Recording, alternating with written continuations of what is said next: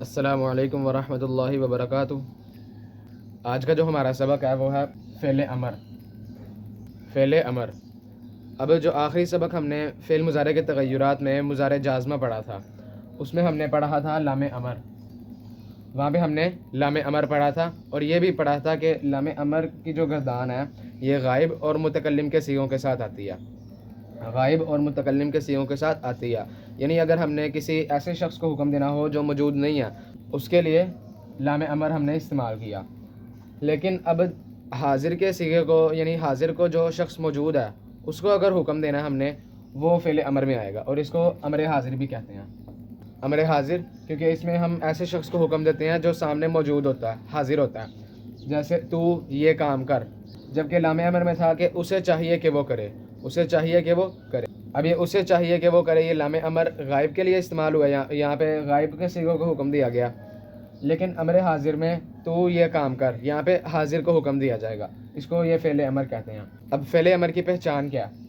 اگر ہم فعل امر کو اس کی پہچان کے حوالے سے دیکھیں تو اس کی جو گردان ہے وہ صرف حاضر کے صیغوں کے ساتھ آتی ہے، کیونکہ یہاں پہ فعل امر امر حاضر ہے، حاضر کو حکم دینا۔ اس کی جو پہچان ہے اس کے شروع میں، فعل امر کے شروع میں ایک الف لگا ہوتا ہے، اور جو باقی پہچان ہے وہ جازمہ میں جیسے لام امر تھا بالکل اس جیسی ہے، یعنی جازمہ جیسی ہے کہ اگر واحد ہے تو جزم ہوگی آخر میں، اور اگر تثنیہ یا جمع یعنی نون ربی والا فعل ہے تو اس کے آخر کا جو نون ربی ہے وہ گرا ہوگا۔ یہ فعل امر کی پہچان ہے۔ اب فعل امر بنانے کا قاعدہ کیا؟ قاعدہ فعل امر بنانے کا یہ قاعدہ ہے کہ ضربہ یہ ماضی میں ہے، اس کو ہم لائیں گے مضارع میں، مضارع میں حاضر کے صیغے میں، مضارع میں حاضر کے صیغے میں۔ تو ضربہ سے بنتا ہے یضربو غائب میں، اور تضربو بنتا ہے حاضر میں۔ ضربہ یضربو تضربو، یہ آ گیا حاضر کا صیغہ مضارع میں۔ اب سوال یہ ہے کہ ہم ماضی سے مضارع میں کیوں لے کے جاتے ہیں فعل کو؟ کیونکہ جو حکم دیا جاتا ہے وہ آنے والے وقت کے لیے ہی دیا جاتا ہے، جو گزر چکا ہے اس کے لیے کوئی حکم نہیں دیا جا سکتا، اس لیے ماضی کے بجائے مضارع میں لے جا کے فعل کو حکم دیا جاتا ہے۔ اب اگر غائب کو حکم دینا ہو تو اس کے لیے لام امر استعمال کرتے ہیں، حاضر کو حکم دینا ہو تو اس کا قاعدہ ہم ابھی دیکھ لیتے ہیں۔ اس کا قاعدہ کیا؟ ضربہ سے تضربو بنا مضارع واحد مذکر حاضر کا صیغہ، مضارع واحد مذکر حاضر کا صیغہ۔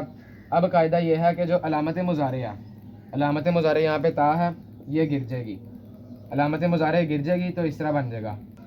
جب علامت مضارع تا گر گئی تو یہ کچھ اس طرح بن گیا۔ اب اس کی پہچان، کیونکہ یہ واحد ہے تو اس کے آخر میں جزم ہونی چاہیے، اس کے آخر میں جزم ہونی چاہیے، تو یہ بن جائے گا اس طرح۔ تو یہ اس سے آخر میں جب جزم آئی با پہ اس طرح بن گیا۔ اب یہ پڑھا نہیں جائے گا کیونکہ یہاں پہ بھی جزم ہے اور یہاں پہ جزم ہے، اس لیے نہیں پڑھا جائے گا کیونکہ پہلا حرف ہی اگر جزم سے شروع ہو رہا ہے تو ہم اس کو ادا کس طرح کریں؟ تو اس کو ادا کرنے کے لیے جو یہ الف ہے اس کی پہچان یہ ہم لگاتے ہیں الف، یہاں پہ ہم الف لگائیں گے۔ اب سوال یہ ہے کہ اس الف کی حرکت کیا ہو، زبر ہو، زیر ہو یا پیش ہو؟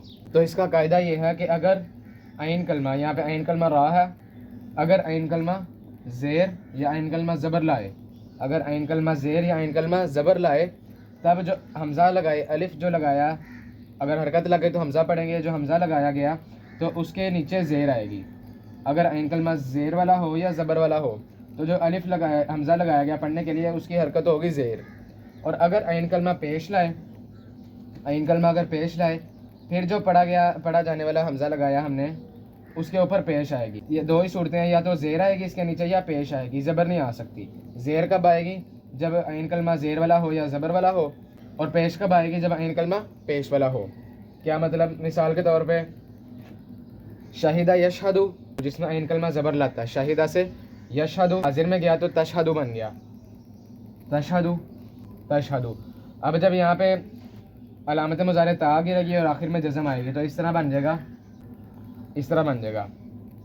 اسی طرح ایک اور فعل ہے نصر ینصرو یا دخل یدخلو، دونوں ایک ہی باب سے ہیں۔ دخل یدخلو کر لیتے ہیں جس میں عین کلمہ پیش لاتا ہے، یدخلو۔ اس میں جب حاضر کا صیغہ بنا تو بن گیا تدخلو۔ اب جب علامت مضارع تا گرے گی اور آخر میں جزم آئے گی تو یہ اس طرح بن جائے گا۔ اب یہاں پہ دیکھیں، یہاں پہ عین کلمہ جو ہے زیر والا، یہاں پہ عین کلمہ زبر والا، یہاں پہ عین کلمہ پیش والا۔ اب قاعدے کے مطابق ہم جو حمزہ لگائیں گے ان کے ساتھ، قاعدے کے مطابق اس کی حرکت بھی لگائیں گے۔ قاعدہ کیا تھا کہ اگر عین کلمہ زیر اگر عین کلمہ زیر یا زبر لائے تو جو پڑھے جانے کے لیے حمزہ لگایا اس کی حرکت زیر ہوگی، تو یہاں پہ پیش نہیں آئے گی، یہاں پہ آئے گی زیر آئے گی۔ اسی طرح یہاں پہ عین کلمہ زیر تھا تو یہاں پہ زیر آ گئی۔ اب یہاں پہ عین کلمہ زبر ہے تب بھی اس کے نیچے زیر ہی آئے گی۔ یہاں پہ عین کلمہ جو ہے یہ پیش والا خا، یہ پیش والا، تو یہاں پہ حمزہ جو لگایا گیا پڑھے جانے کے لیے یہاں پہ پیش آئے گی۔ تو یہ قاعدہ کہ اگر عین کلمہ زیر والا ہو یا زبر والا ہو تو جو پڑھنے کے لیے ہم نے لگایا حمزہ اس کی حرکت زیر ہی ہوگی، اور اگر پیش ہو عین کلمہ پیش والا ہو تو جو حمزہ پڑھنے کے لیے لگایا اس کی حرکت پیش ہوگی۔ تو یہ اضرب یہ فعل امر ہے، اشہد ادخل یہ تینوں فعل امر ہے۔ اضرب تو مار، اشہد تو گواہی دے، ادخل تو داخل ہو۔ ان سب میں تو آ رہا ہے کیونکہ یہ یہاں پہ حاضر کا صیغہ تھا، اس تا کی وجہ سے، کیونکہ یہ حاضر کا صیغہ اس لیے تو داخل ہو اس میں تو استعمال ہو رہا ہے۔ اب یہ ہو گیا واحد کے لیے جس کے آخر میں جزم آتی ہے۔ اب جن کا نونڑا بھی گرتا ہے ان کی مثالیں ہم قرآن مجید سے ہی دیکھ لیتے ہیں۔ مثال کے طور پہ مضارع جمع مذکر حاضر کا صیغہ تشکرونا، تشکرونا۔ اب یہاں پہ بھی وہی قاعدہ لگے گا کہ یہاں سے علامت مضارع گر جائے گی، اور واحد میں تھا کہ آخر میں جزم آ گئی، لیکن یہاں پہ نونڑا بھی ہے تو اس کا نونڑا بھی گر جائے گا اور یہ کچھ اس طرح کا بن جائے گا، اس طرح بن جائے گا۔ یہاں پہ نونڑا بھی گرا ہوا کیسے پتہ لگ رہا ہے؟ یہاں پہ الف ہمیں بتا رہا ہے۔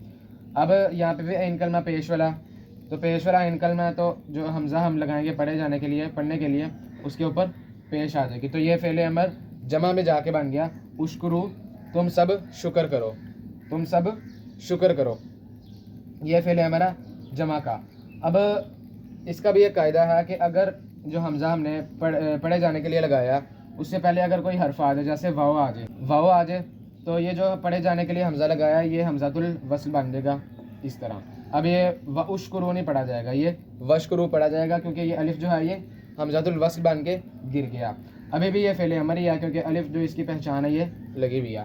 وشکرو اور تم شکر کرو، اور تم شکر کرو، یہی اس کا ترجمہ رہے گا، بس واو کا ترجمہ اور آ جائے گا۔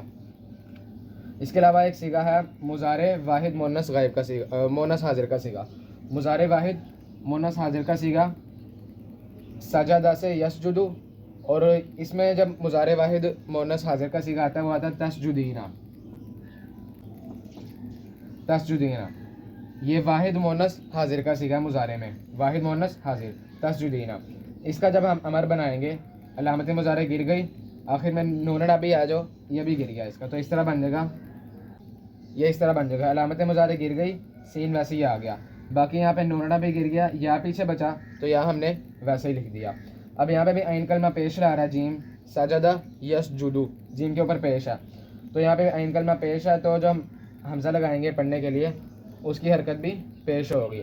تو یہ اب فعل امر بن گیا اسجدی، تو ایک عورت سجدہ کر، کیونکہ واحد کا صیغہ مؤنث میں حاضر میں، تو ایک عورت سجدہ کر اسجدی۔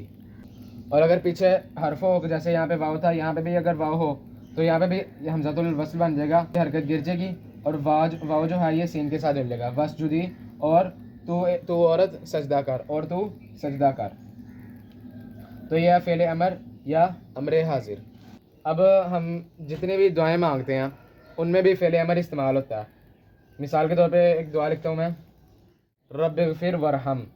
اب یہاں پہ دیکھیں اغفر اور ارحم، یہاں پہ اس کی حرکت زیر تھی، ختم کیوں ہوئی؟ کیونکہ یہاں پہ پیچھے حرف آ گیا اور یہ اس کی حرکت غین کے ساتھ مل گئی۔ یہاں پہ بھی زیر تھی لیکن اس کی حرکت واو کی جو حرکت ہے وہ یہ ختم ہو کے را کے ساتھ مل گئی۔ اب یہ دونوں بھی فعل امر بنے ہوئے ہیں، کیوں؟ کیونکہ یہاں پہ دیکھیں یہاں پہ حمزہ اور اس کے آخر میں جزم آ رہی ہے۔ اغفر تو بخش دے، رب اغفر اے میرے رب تو بخش دے، ورحم اور تو رحم کر، اے میرے رب تو بخش دے اور تو رحم کر۔ تو یہ دونوں فعل امر بنے ہوئے ہیں۔ اسی طرح رب اجعل ھذا البلد، رب اجعل، یہ جعل یجعل باب، جعل یجعل باب فا سے ہے، فتح یفتح کے وزن پہ۔ اب رب اے میرے رب، اجعل تو بنا، حمزہ کی یہ حرکت کیوں ختم ہوئی؟ کیونکہ پیچھے حرف آ رہا تھا اور اس کی حرکت جیم کے ساتھ مل گئی۔ رب اجعل اے میرے رب، اجعل تو بنا، ھذا البلد اس شہر کو۔ تو یہ ہو گئی وہ دعائیں جن میں امر استعمال ہوتا ہے۔ اب اس کے علاوہ امر کے ساتھ نون وقایا بھی استعمال ہوتا ہے، امر کے ساتھ نون وقایا، نون وقایا یہ ہم نے جب ماضی تمنا پڑھا تھا اس میں ہم نے پڑھا تھا نون وقایا کیا ہوتا ہے. مثال کے طور پہ رب انصرنی، یہاں پہ ربی اے میرے رب، یہ تھا انصر تو مدد کر، انصر تو مدد کر. آگے جب یا متکلم کی ضمیر لگی تو مدد کر میری، تو انصری نہیں پڑھا جانا تھا، انصری یہ نہیں پڑھا جانا تھا. اس لیے پڑھے جانے کے لیے نون لگایا اور نون کے نیچے زیر لگائی. کیوں؟ کیونکہ یا کی مطابقت زیر کے ساتھ ہے. اس کو کہتے ہیں نون وقایا. ربی اے میرا رب انصرنی تو مدد کر میری، اے میرے رب تو میری مدد کر. تو یہ امر کے ساتھ نون وقایا بھی استعمال ہوتا ہے. تو یہ تھا فعل امر یا امر حاضر. اللہ تعالیٰ سے دعا ہے ہم سب کو قرآن مجید پڑھنے، سمجھنے اور اس پر عمل کرنے کی توفیق عنایت فرمائے. آمین.